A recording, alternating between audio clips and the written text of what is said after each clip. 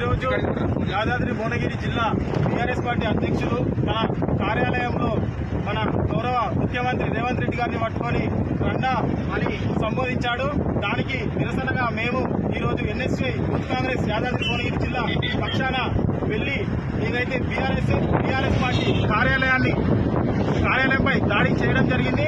మరలా ఇలాంటి అవాకులు చవాకులు ముఖ్యమంత్రి మీద కానీ మా భువనగిరి ఎమ్మెల్యే కుంభ మహిళ కుమార్ రెడ్డి మీద కానీ ఎలాంటి అవాకు చవాకులు చేసినా గలీజ్ మాటలు మాట్లాడినా ఇదే పరిస్థితి నెలకొంటుంది. ఈ రోజు జరిగిన ప్రెస్ మీట్ లో మాట్లాడిన మాటలను ఇవాళ రామకృష్ణారెడ్డి గారు వెనక్కి తీసుకొని గౌరవ ముఖ్యమంత్రి రెడ్డి గారికి క్షమాపణ చెప్పాలి అని మేము ఎన్ఎస్సీ పక్షాన డిమాండ్ చేస్తా ఉన్నాము. ఈ రోజు ఈ ముట్టడికి వెళ్లిన ఎన్ఎస్సీ కార్యకర్తలను నాయకులను అక్రమంగా పోలీసులు అరెస్టు చేసి ఈ మమ్మలను భువనగిరి పోలీస్ స్టేషన్ కి తరలిస్తున్నారు.